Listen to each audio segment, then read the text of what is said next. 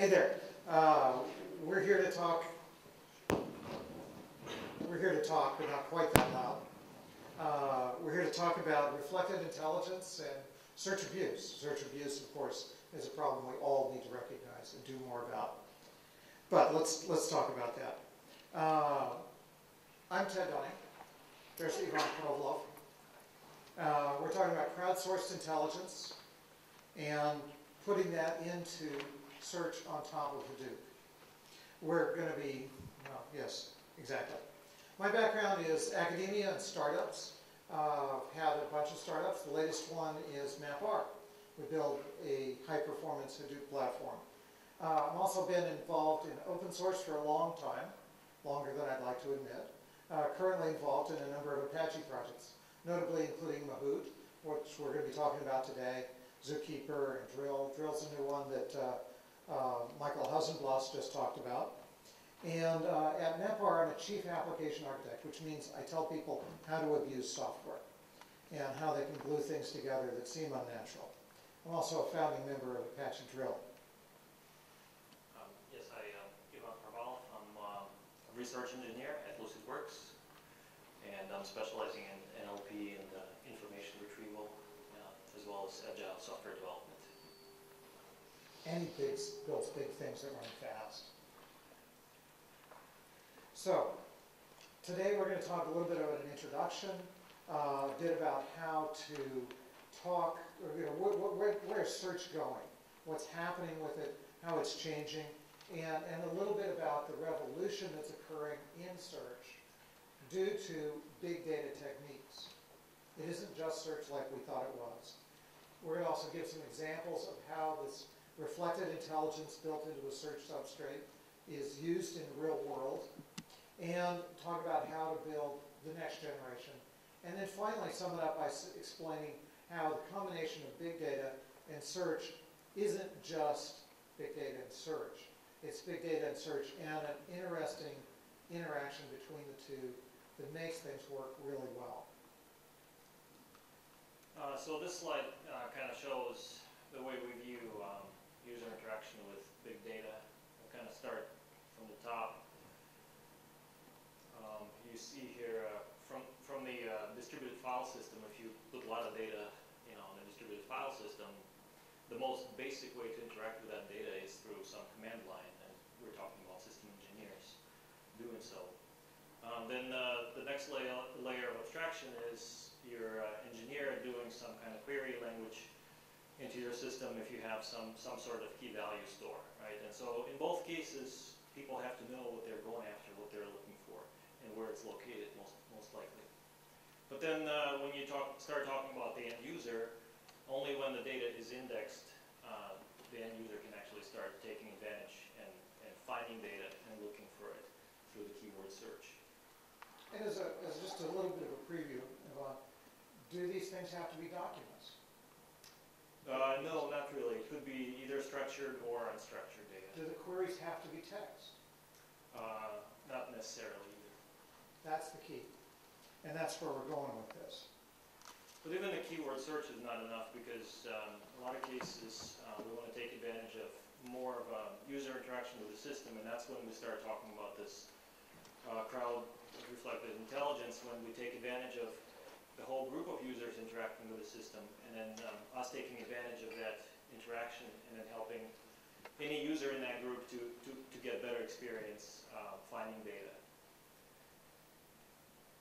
And so what we're talking about there then is hearing something that one user does, presumably a user who knows something about what they're talking about, and then reflecting that behavior to another user, and to some degree taking credit for how clever the first one is.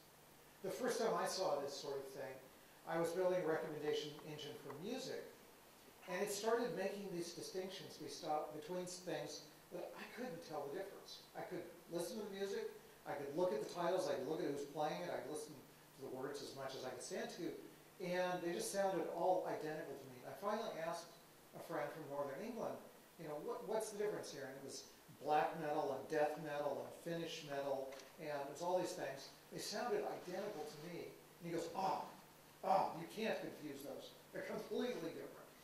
And what happened there was we had a very small cadre of people who were really interested in those small genres, obviously expert in it as much as those people could judge expertise, and they were the only ones in the world who could.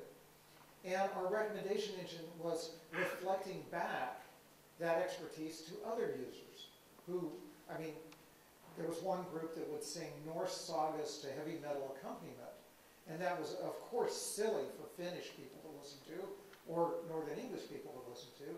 That was the Norse metal group. And that was being reflected back to these people, and they were coming back to us and saying, it's brilliant that you know all about this music. Nobody gets this right. And I'm going, I don't know anything about this. So our system was reflecting one set of experts to another set of consumers. We were getting the credit, and that's the cool thing about this. And so down at the bottom there, we want to take keyword search and add reflected intelligence. This is the wisdom of the crowds. Somebody in a crowd is wise, usually. And, well, sometimes they're wisecracking, but in this case, what we want to do is take where they're an expert, reflect it to other people, and let the search experience get better and better by capitalizing on this intelligent behavior. Move thing. Did I just go several pages? No. Good. Okay. So search then can lead from normal search use to what I call search abuse. We're using a search engine not so much as a normal search engine would be used, so that you can use denormalized data where the document actually encodes real data structures, and where what would have been free text indexes encode useful ways to access the data. And Lucene and Solr really lead this way, don't they? Yes, if you haven't checked out Lucene and Solr recently, you may want to do so since release 4.0 and the consequent releases 4.1 and 2. Lucene Solr has made a lot of progress in the area of performance and distributed search. So Solr Cloud is really a nice system for distributed search nowadays.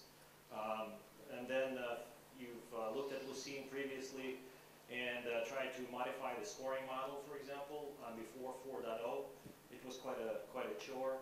Nowadays, it's really a simple thing to plug in your old scoring models or use one of the existing ones that they offer. And so a lot of different improvements in the last few months.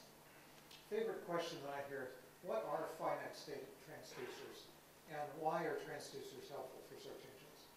Well, so the finite state transducers were introduced in 4.0.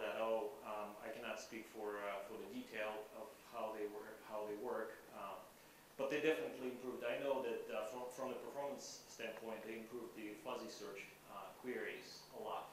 So if before your fuzzy search queries could just kill your shard or Lucene index, if you knew how to construct them, nowadays it's really fast. They improve indexing too, don't they? Yes, they do. So the question then is what scale we can do, and what does relevance really mean? And why do we care? So, few things. The relevancy, we're talking about how large-scale analysis will help us to start building a system that will allow us to actually mine the data from the user interaction with the system, right? We're talking about the clicks, the queries, the trends. We're talking about mining the content as well and doing things like clustering analysis on the entire content. So it's really large-scale analysis that will allow us to do new things with the entire content. And let's just test the results so that if we experiment, we can figure out what's really working. And that's, as I say, always important to be able to fail, be able to find out what's working, what's not working, and move forward with what is working. We have an example of a customer where what they want to do is look for patterns in the overall structure of how calls are made. And what they do is they pre-position bandwidth facilities, which actually cost more to run than the normal bandwidth. But in the event of a flash crowd, say a big concert sporting event, they can activate those and not have service outages. They also do that in certain disaster scenarios where everybody's calling to say they're going to be late or that they're okay, or trying to find sort of emergency resources. And so what they're interested in doing and what they're beginning to do is they're using search technology to look for patterns in a high-speed transaction stream, find relevant back patterns on that so that they can predict what would lead to service outages. So they can find very fast indicators, say in Twitter streams, that an event is about to happen that would take out the low-cost infrastructure and therefore requires them to bring online the higher-cost infrastructure to provide the desired level of service. You can imagine that if 5,000 people tweet from a small area, boy, this concert's going to be awesome. A human can look at that and say, there's going to be a concert there. And where these people are headed is where that outage is going to occur when 20,000 or 50,000 people gather in one area and start tweeting or making phone calls or checking their email. Any of those sorts of things could take out that system and would require us to light up that other infrastructure. But if it takes tens of minutes to light that up, we need tens of minutes of warning. So that's what this customer is after. Again, it doesn't look like normal text. In this case, it's text-ish data, but it doesn't look like normal retrieval type queries. We also have another example, a social media example, where people are looking at real-time analytics on text, and they're looking at classifying this sort of thing. And the interesting thing about this is what was the value of those analytics? What was the value of pulling the wisdom out of this crowd? And they did an experiment where they sold the exact same untargeted advertising with and without the analytics that were normally associated with it in their product. And they got 5 times more for the advertising if they could associate analytics which told people about the audience response. And these analytics, again, were based on search engine type technologies. And as anybody can imagine, selling your product for 5 times more is very exciting to the channel who's selling the advertising. But they have no way of telling what those analytics really are because they don't see them. So this other person can add that 80% value just with this reflective intelligence technology. I think Yvonne has a good example. There we go. No, it's another one for me. This is an insurance company who's doing this for claims processing. Now here they're not trying to reflect intelligence back, but what they're trying to do is reflect patterns onto other cases and estimate outcomes based on previous outcomes of similar things. And in particular, what they want to see are repetitive patterns that fraudsters use. Fraudsters have finite brains. Well, all of us do. But the more that they are allowed to cookie cutter incidents, the more that they will have patterns in what they do. And the more you force them to not have patterns by finding those patterns, the more you require them to think on every incident that they cause. And the more they think, the less they can do. And so this counter effort here is just to find patterns. It may not actually decrease the overall load, but it makes it much, much harder to commit the fraud.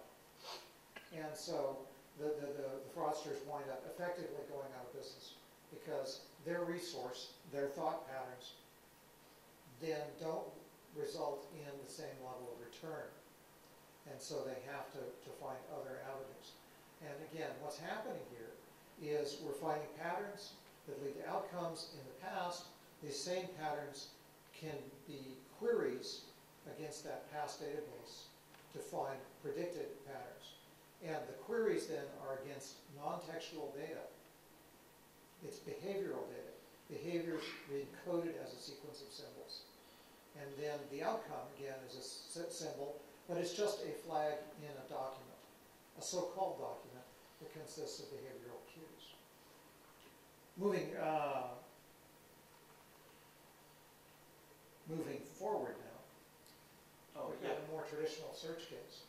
Yes, in this case is Virginia Tech University has an application around around the crisis, either human or nature-caused disasters that they try to analyze by crawling the data, combining it with a stream from the Twitter, and then analyzing that content, extracting entities from it, clustering that content, and applying a lot of techniques that we talked about to understand how they can improve the responses and understand the consequences. And so why couldn't you just put all that textual data into a text search engine and search it? Wouldn't that give you the same result? In a lot of cases, search engine will give you a lot of good results, like with fasting, you could get information that you're looking for. But in some cases, the amounts of data are so huge that techniques like clustering can only be applied when you have appropriate distributed system. Because getting 100,000 hits on the same tweet wouldn't be helpful, that sort of thing. So these guys are actually finding value out of analytics on text-like sources that then you search the analytic output rather than searching the original text. Is that fair? I think they're doing both, yeah. Mm-hmm. Bright Planet is another example how this company is using online drug counterfeit detection, and they try to identify commonly used language patterns. And again, combined with clustering techniques, they try to provide information to the analysts about the sites that advertise counterfeit drugs. So if they misspell Viagra, that's an indicator, that sort of thing. But it's actually kind of hard to tell on the web. I mean, nobody can tell if you're a dog. Nobody can tell if you're selling counterfeit paracetamol, that sort of thing. But they have patterns, right? They have patterns, and they have, it's a classification problem. So you can find out what the features are most effective in classifying content. And so again, what we have is fraudsters with putting patterns in there so they can mass produce what they're doing, and as a result, they make themselves identifiable because of the mass-produced different patterns from the real thing. We had a record, a situation back at VO Networks.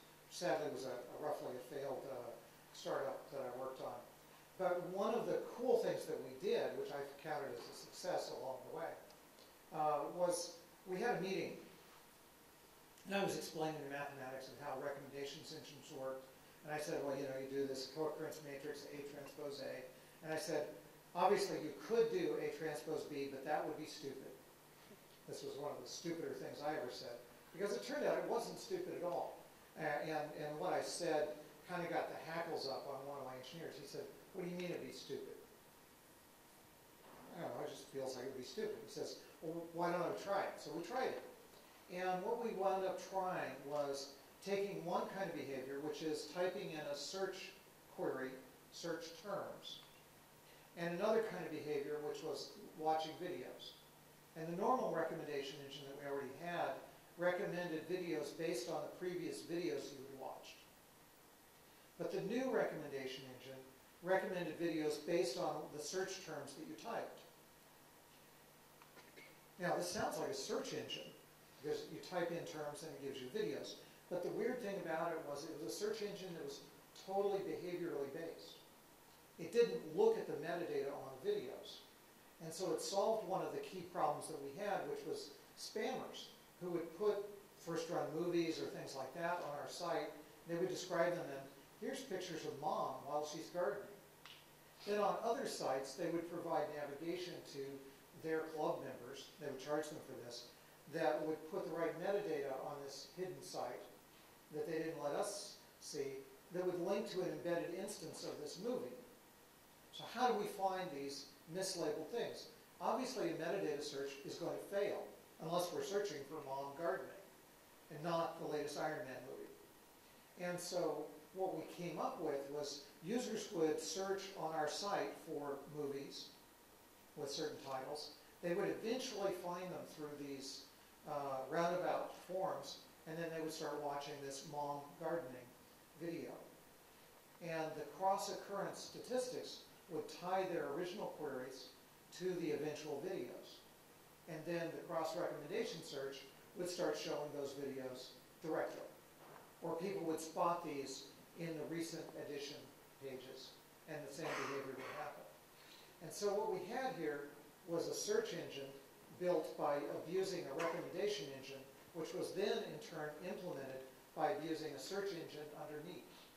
The stuff in it looked like text, the input looked like text, but in fact it was all behavioral cues. It could have been non-verbal behavioral cues, but it actually outperformed in many cases our normal search engine. And this is a thing that we've continued, I've continued recommending, many of our customers have implemented, this idea of recommendation based on search abuse.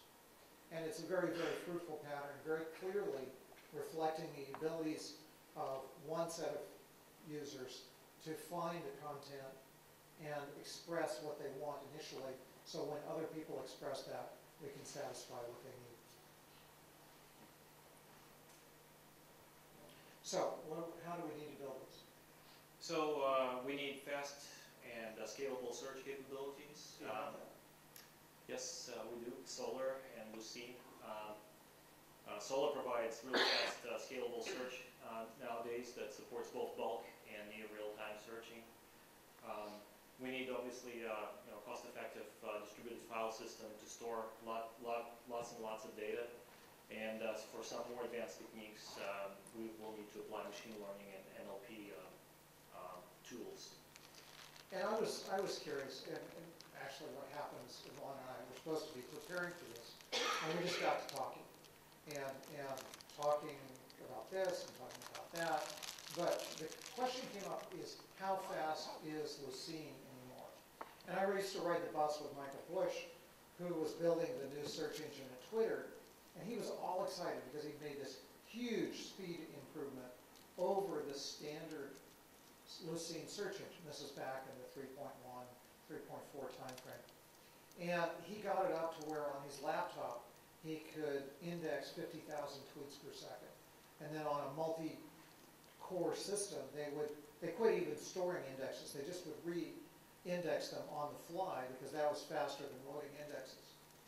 And the numbers that Yvonne was quoting to me for Lucene 4.0, after we account for the fact that tweets are kind of small as documents go, were right on a par with what Michael used to get excited about on the train as the new super fast indexing.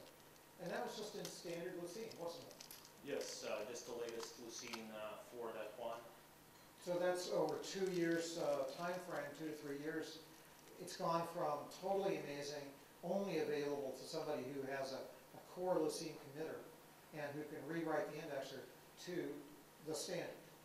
Just that's how fast it is. So this is really getting fast. Yep.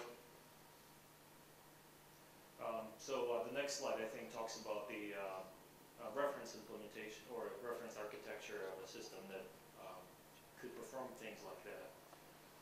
And in the center, you have this document store, and then the data gets into this document store by the means of the ETL process here on the bottom.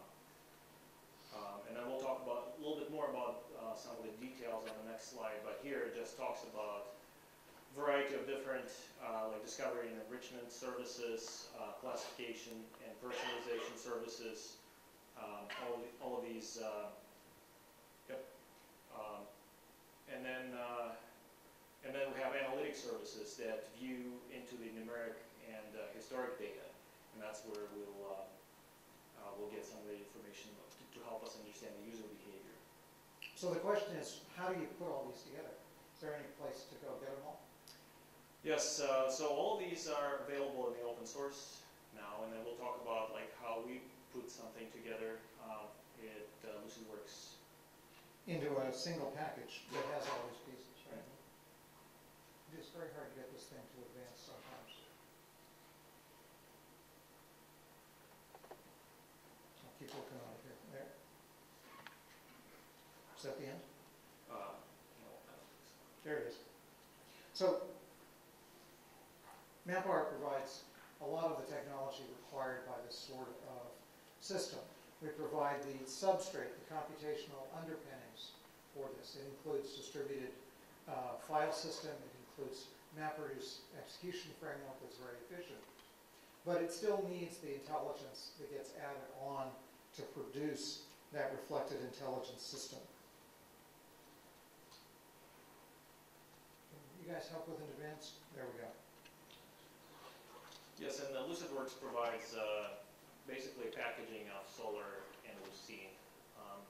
So we have a couple of different products. Lucidworks Search is the product that is all about packaging Solr and adding new capabilities on top of that. So connectors framework is one of them, where you have, it pretty much has connectors to a lot of different enterprise storages or CMS systems or databases out of the box, as well as distributed file system sources. And on top of that, it has relevancy tuning tools, advanced security tools, the new UI, and so on. And then Lucidworks Big Data is really a big data as a platform, as a service, where things we talked about today could be all put into this system, and then analysis could be performed with pretty good outputs. And so on this next slide, we talk about specific components. So we mentioned a few things today, like how people would crawl data or get the tweets. So Lucidworks Big Data has connectors that allow you to get the data in. On the right-hand side here, you see kind of schematically or pictures of different data sources. Right in the middle, the processing and storage places, Hadoop and HBase are used for master document storage. And then from there, we're processing data using a variety of different tools. Right above it, you see search, discovery, analytic tools. We use Mahout extensively for operations like clustering, finding similar documents, statistically interesting phrases, etc. We use OpenNLP to do some of the NLP analysis.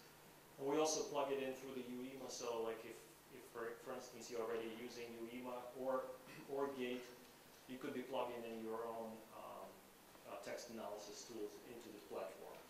And of course, there's a uniform API on top that allows you to access any of the components in the system.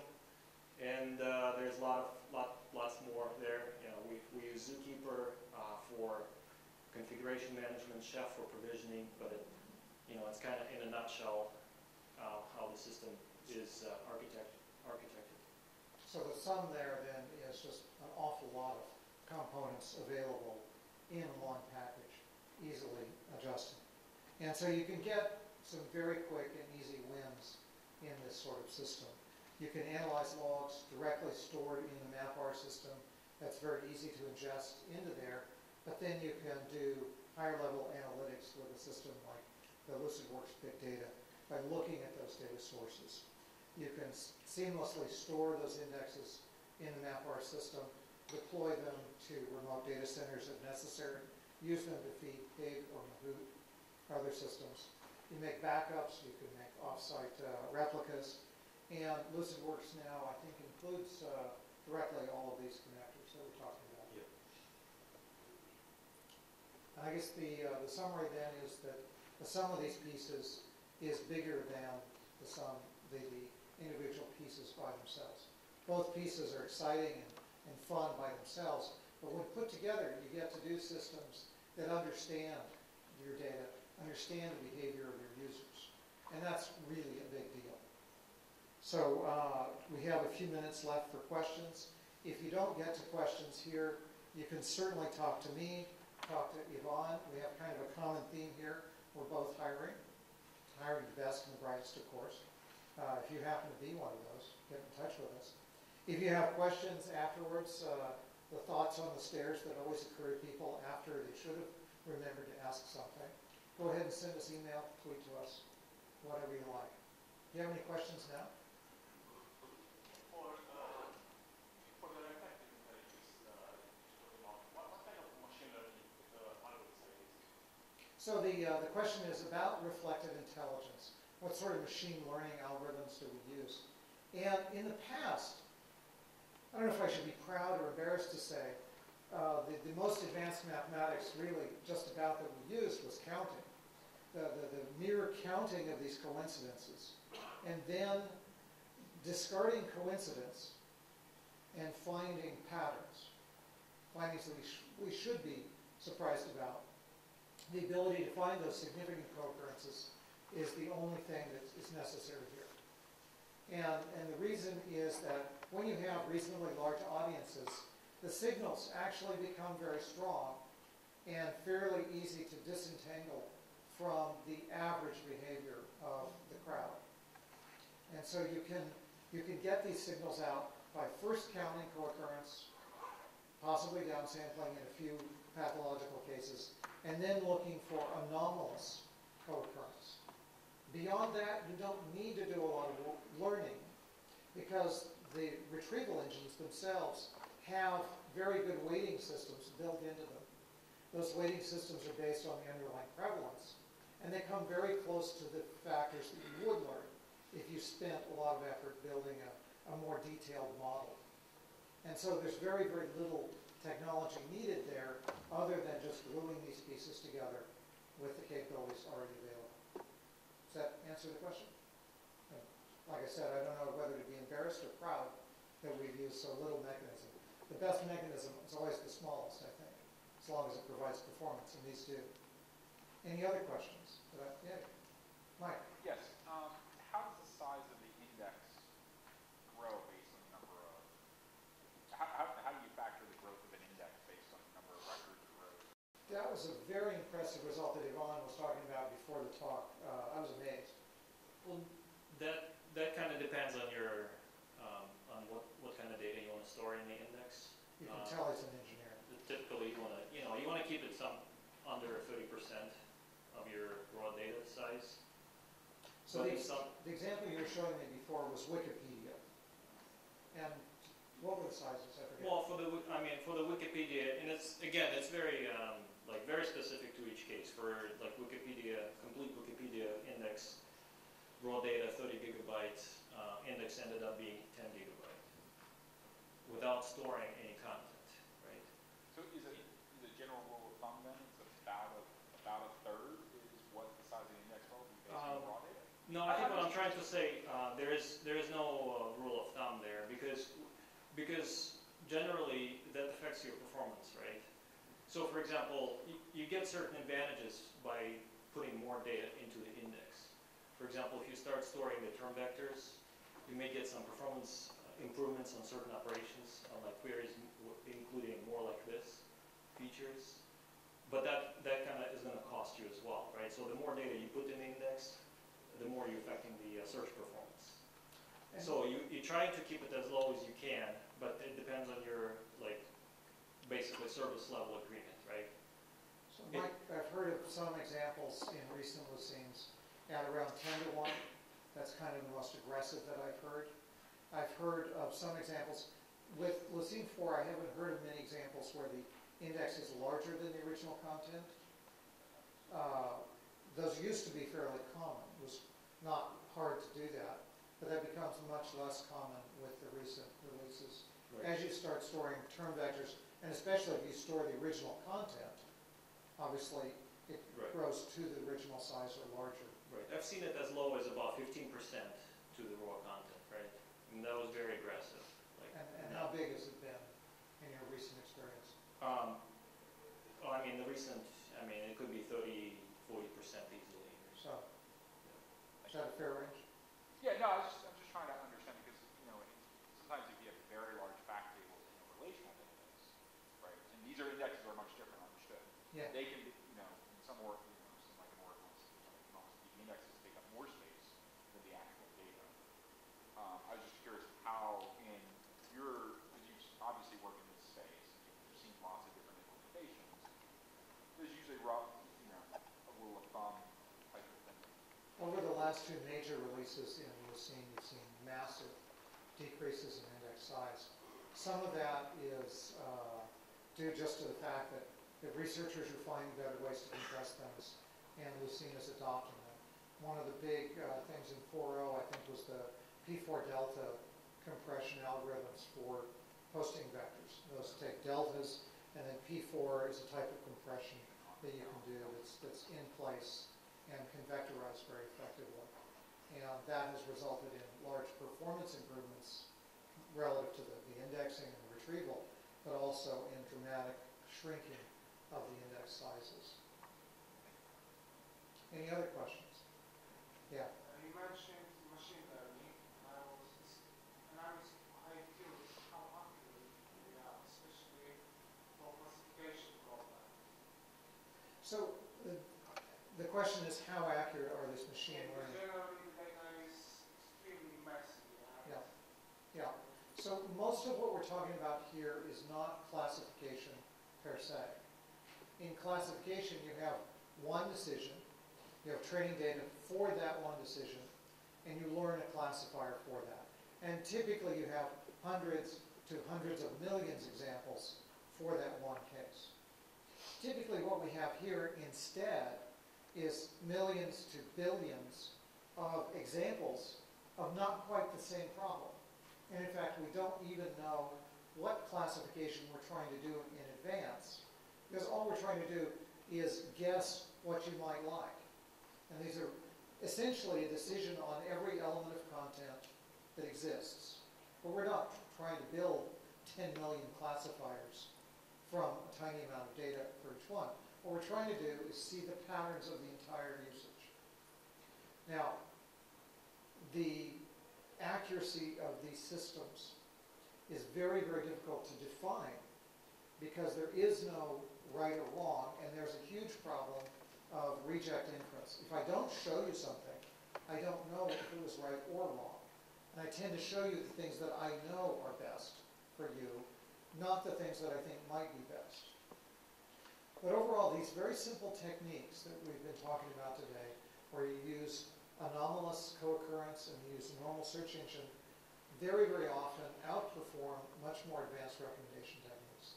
One customer I've had did a fairly aggressive evaluation on real customers with decomposition techniques, with other recommenders, with learned weights, with log linear latent factor models, and these very simple co-occurrence models. And the co-occurrence models outperformed all the others. And I think that the real reason was not the strength of the learning, but the multifaceted aspects of learning. Because they could look at many kinds of behaviors and develop a composite recommendation, not just one type of thing. And if there's any real lesson from recent recommendation literature, it's that multimodal recommendations are the best. So there is no good answer for how accurate is it, because there is no single right answer. The user doesn't know what the right answer is. We don't know what the user would have wanted. All we can do is measure how much do users seem to be satisfied by consuming the content, by making purchases, by doing the things we're trying to help them do. And these techniques are very effective in that sense relative to other alternatives. But there's no 97%, I could just say 97%. That's how accurate they are. But we don't know what that means, really. It's 97% something. Other questions? We have 0 seconds left, but we could take one more question. No, we're good. Okay. We're both available afterwards. Come give us a holler. Oh, yeah.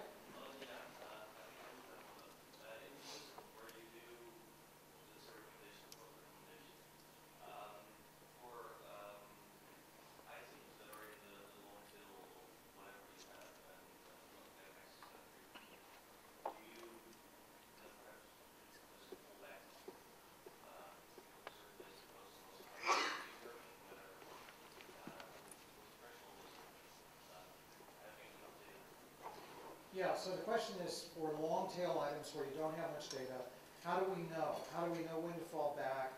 How much data do we need? Those sorts of questions. Well, concretely, how much data do we need?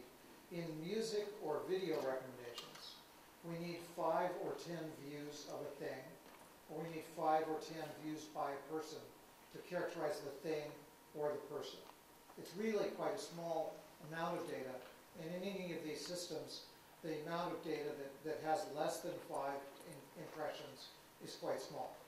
Secondly, it does not have to be 5 impressions or 5 conversions for that specific item. It might be 5 impressions or conversions on characteristics of that item. And so then we would have indicator characteristics. So we recommend things with these characteristics. And those then, it's very rare for characteristics to have very, very few elements. Now, the question of when do you cut over from one style to another, there is no question that needs to be answered, because these search techniques can ask all the questions at the same time. And what inherently happens is items that are indicators that are relatively common, and therefore diffuse and less specific, will have lower weight than ones that are rare and highly specific. And so the system will automatically transition from these well-known, very specific things to the less well-known, cold start sort of features. So we don't have to answer that. The system already does that. So part of an answer, and no answer for the second. Sure. Well, thanks very much for coming. Thanks for having us.